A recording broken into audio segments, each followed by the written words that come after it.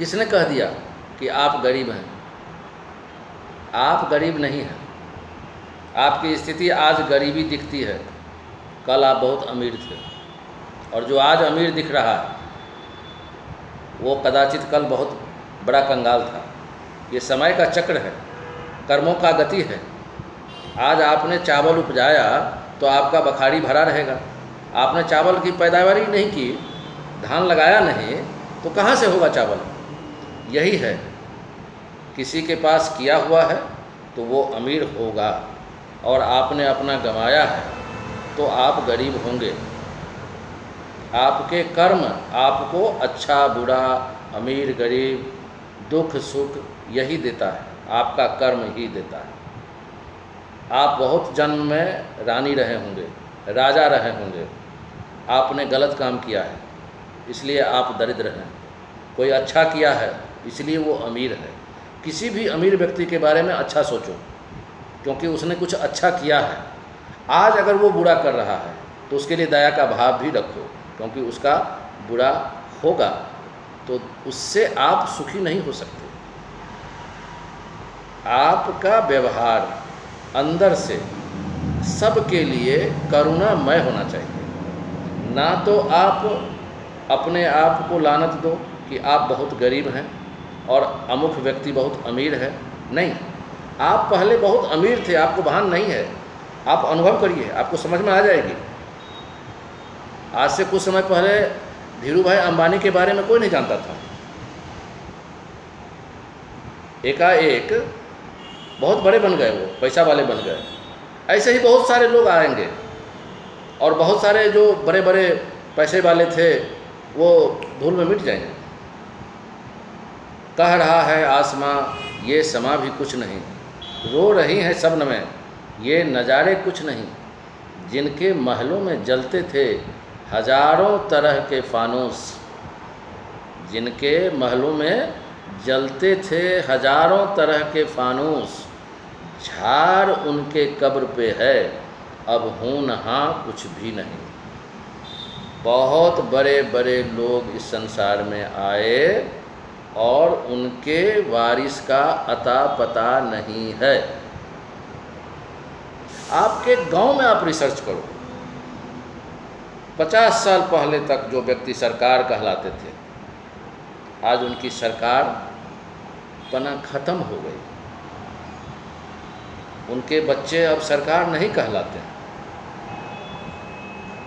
इसलिए आप अगर गरीब हैं तो भीतर से उदास होने की भी आवश्यकता नहीं है, और छल प्रपंच करके इधर उधर करके 2 नंबर 3 नंबर तिक्रम करके धन उपार्जन की भी आवश्यकता नहीं है।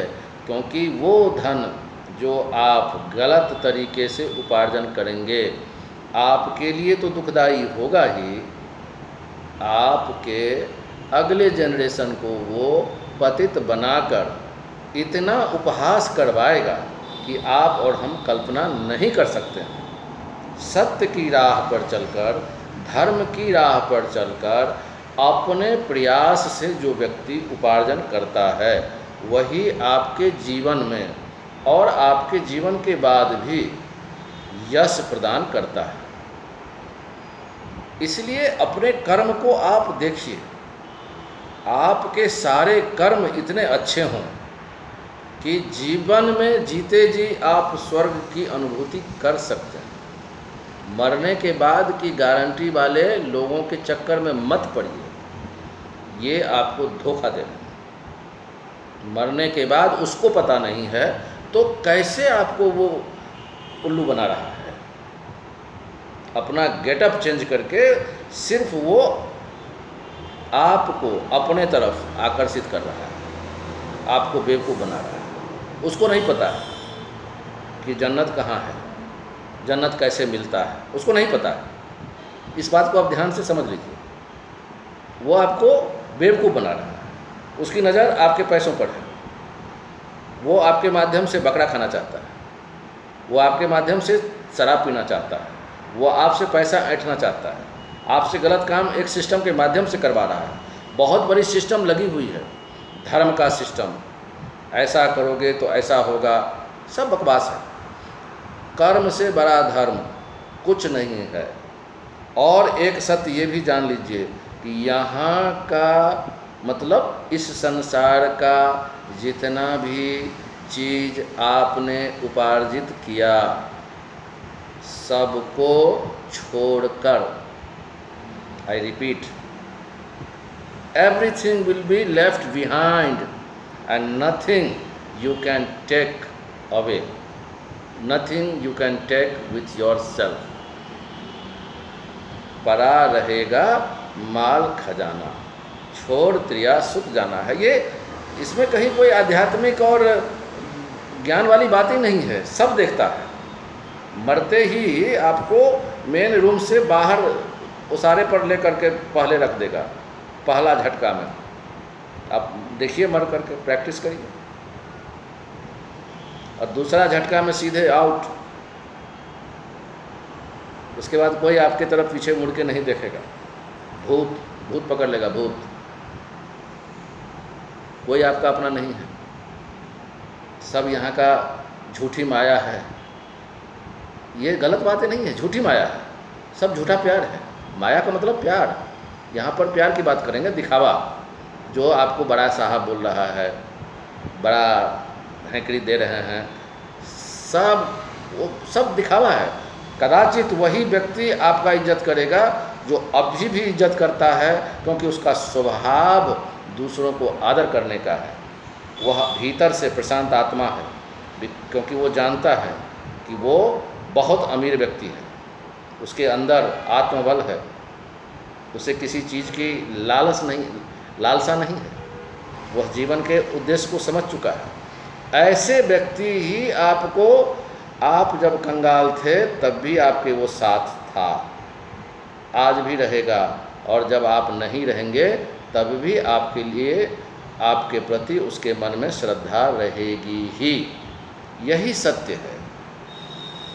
जैसे परमात्मा को देखो, तुम जिस हाल में हो, परमात्मा की मजबूरी है भाई कि वो आपके उस हाल में आपके साथ रहता है, क्योंकि उसकी भी प्रॉब्लम है कि बिना आपके वो है ही नहीं। God is nothing without you, this is also the fact. भगवान को आप ऐसे समझो कि कितने बेचारे मजबूर हैं, भगवान बहुत मजबूर हैं। अगर आप वाकई जीवन के चिंतन को समझ लिया तो आपको भगवान पर भी दया आ सकती है। कितना परेशान है अपने भगवान, अपने खुदा, अपने अल्लाह, और हम लोग कितने तबाह हैं कि एक दूसरे का गला काटने के लिए, कि अलग अलग डिपार्टमेंट का अलग अलग भगवान। जैसे मैंने ये हिंदू का भगवान अलग हो गए, नहीं, प्रधानमंत्री जैसे क्या बोलिएगा, पार्टी का लीडर, और ये मुस्लिम पार्टी के अलग लीडर हो गए, वो गॉड अलग हो गए। नहीं, बताओ, भगवान एक ही हैं और हम सब उसी भगवान के हैं, और भगवान की भगवत्ता, अल्लाह की अल्लाही, खुदा का जो अस्तित्व है, वजूद, वो आपसे है। आप नहीं तो कुछ नहीं। इस बात को जानिए, आप बहुत बड़े हैं। आप अपने ऊपर मन को मलिन मत करिए, आपके अंदर बहुत कुछ है, आप इतने सामर्थ्यवान हैं। अपने अस्तित्व को पहचानिए और इधर उधर मत भटकिए, चिंतन करिए। फिर मुलाकात होगी। भारत की बात आपके साथ है। जय हिंद।